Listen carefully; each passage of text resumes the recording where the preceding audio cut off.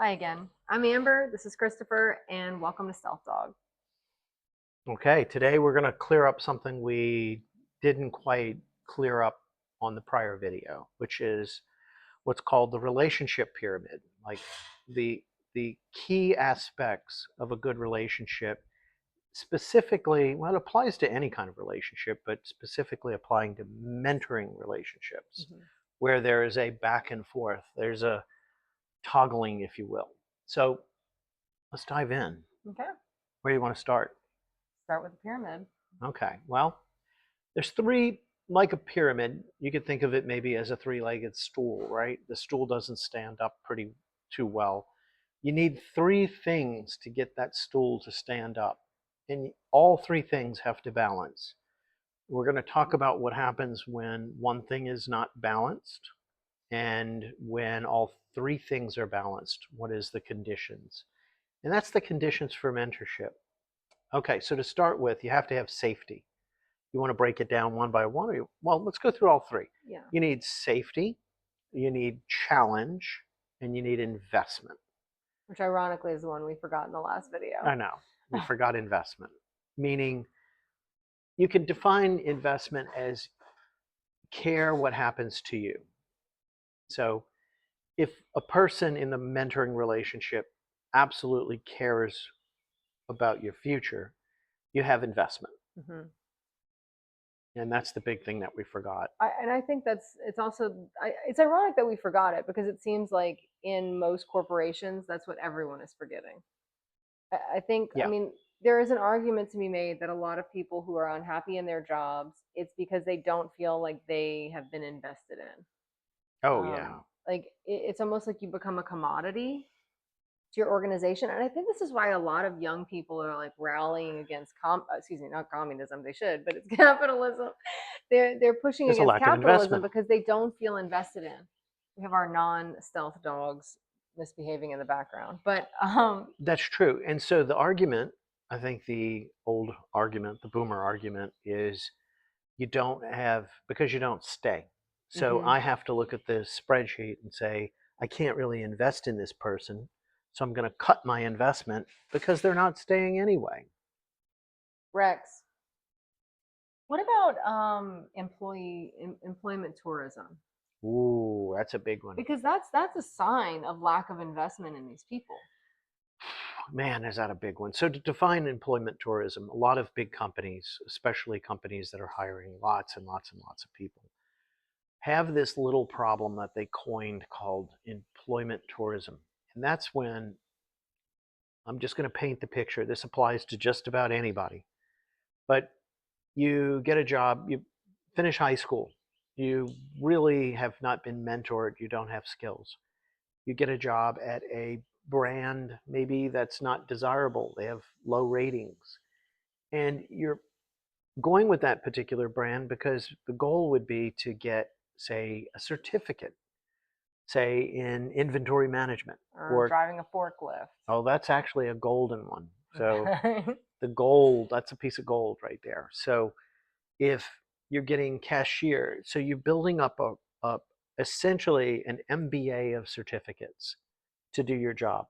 Mhm. And there's certain companies that lay in wait, waiting for you to have all these certificates. And when they see that you have the motivation, that you have the certificates, they hire you Mhm. because these companies have standards. So they're they're not they're going to challenge you to have these standards, but they love it when somebody else educated you. And there's unfortunately this little toxic system that there's certain companies that educate. There's a big retailer. They sell a lot of hardware goods, and they educate to the tune of about $1 billion a year, and massive amounts of these people leave before the person is profitable. Well, to me, the fact that people have to go out and get these certificates as a way to patch quilt an education for themselves, Right. it just shows another flaw in our education system in which our students aren't being invested in.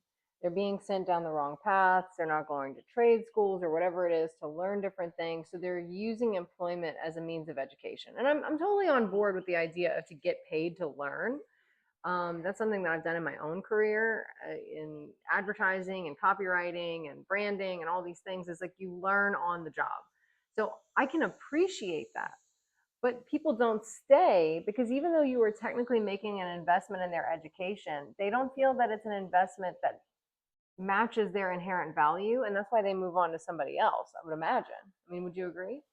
Oh yeah, they were there. They it doesn't fit their the companies that are investing more in people that are waiting for you to get the 20 different certificates. There are desirable places. For instance, let's name one, Costco. Mm, People want to work there. They pay on average $3 more per hour. Bucky's. Bucky's, oh my goodness sakes. You see the sign out front, or they pay the store manager something like Yeah, it's like a 120,000. six-figure job. Yeah.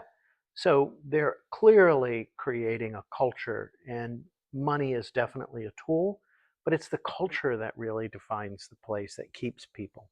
And so the places that see high turnover and they're seeing their certificates, they're faced with those two problems, the high cost of education and then the high cost of turnover.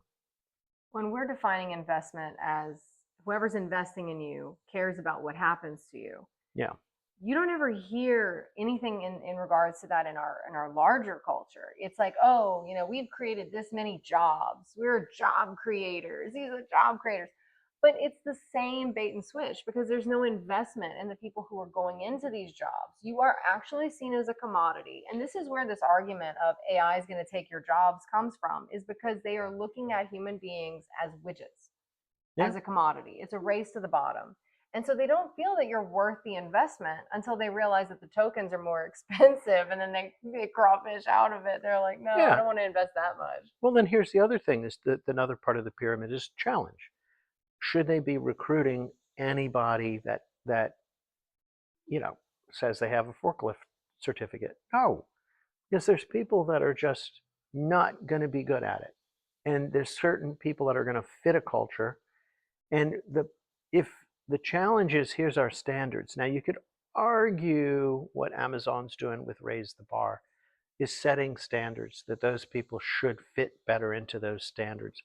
I don't think Amazon's doing such a great job because people don't stay because they fail the test of safety. That's the next one. Well, that goes into the list of like the most dangerous places to work. I think Amazon is definitely on that list. I mean, people have died at work at Amazon. People have had heart attacks on the job. Yeah. They have So challenge, but they don't it's a have. lot of challenge. Well, in psychological safety, it's mistakes are not used against you. And so companies that are using mistakes to be held against you are not safe. Now, if you make mistakes literally of getting hurt, that's another realm of problems with safety. Mm-hmm. So these three things, so let's break down. I find there's an interesting piece to the pyramid. What happens when one leg doesn't exist? So let's start with the worst one. If you have standards being held at work, you have challenge, Mm-hmm. and you have the investment. They're willing to invest and care about you, but you don't have safety. Kind of weird, isn't it? It's toxic. Well, that reminds me of Squirrel. So, which is There's a code name for company, a company. yeah, there's a there's a company we know of where there was no psychological safety, is no Well, you weren't psychological even safety. held accountable for your own mistakes. You were held responsible for mistakes of people no longer with the company. It was the least safe environment possible. So you have just challenge and investment, which leaves you into a very toxic environment. I would argue that the effects of toxicity show up in the financials within a couple of years. And so if we argue that, about 22% of the businesses in North America are what they call full zombie, Mm-hmm. meaning profits pay for interest on debt. There's no extra money for anything, none. So this creates a full toxic environment. You don't have safety, you don't have money to fix anything. So you still have challenge, and people still may care. You could make the argument the investment's still there. I think the worst case, the zombie companies that are just nothing but challenge, they keep raising the standards or they keep varying the standards. Hmm. They keep changing something. Well, and when there's constant change within an organization, like indiscriminate change, like very opportunistic, they're just leapfrogging from one strategy to the next, you lose your bearings so quickly. Yeah. And I think, especially for women, and I mean, I'm just going to speak as a woman myself who has high empathy. That doesn't mean every woman has high empathy. I'm not trying to put all women into a bucket. But for me, it's like when there's a lot of chaos and you're in close proximity with these people. You have Yeah. a team, you build rapport with that team, you have certain friends within the team. And so you're trying to make it work, you're trying to make it happen. But the problem is when they're constantly moving the goalposts to the point that you can never achieve anything, you can never succeed at whatever benchmark that they set, you start wondering, like, is it me? Am I the problem? Is it really them? Is it, what's the enemy here? If it's constantly moving, you can't hit the target. When you, in your experience, what was worse? Constant moving of targets, safety? Can you pick of a? Well, when I think of squirrel, it was both. So it's constantly moving the goalpost, and you don't have safety because they're constantly moving the goalpost but holding mistakes against you and setting you up to fail consistently. And so you can be like a super competent person who's capable of achieving goals. And for me, it's like, if you put a target in front of me, I am going to hit that target. Like, I will get there, I will get it done at the sacrifice of myself. I will get this done. But if you don't have any release or relief from that kind of system, you're going to Mm-hmm. burn out. And you can't burn Oh, out. we haven't talked about that one. Yeah, you can't burn out in that kind of environment because Right. it will be held against you and you will be thrown away. And you might even see other people get thrown away. And I mean, from another experience of mine, it's you don't have psychological safety, but the men were being yelled at consistently. The women were never being yelled at. If the women messed up, you got silence. And so it was just like, Hmm. you're on pins and needles where you're constantly striving to achieve, and you just can't seem to win. You want to win, and you're like, this game is rigged, screw this. Like, I can't win, even though you're hitting your numbers. Forgot that in that environment, lack of safety, and you're still trying. Isn't that the recipe to burnout? I think when we did our in-depth study of burnout, where we studied how many people did we run for burnout? Millions. Yeah, millions of people, just study what it was. A lot of times in burnout, there is some sort of misalignment. Either you are in the wrong environment, you're with the wrong people, or you're doing the wrong job. There's an inherent misalignment that is Yeah. happening when you are burned out. And what was really surprising when we did our in-depth study of burnout is that once you fix the misalignment, the burnout score drops almost instantaneously. Mm-hmm. You could be extremely burned out. And it's like, once you just achieved balance through whatever method it required in that situation, your burnout score almost immediately Goes down diminished. to safe numbers. Right. And so it's like, if you're constantly at war.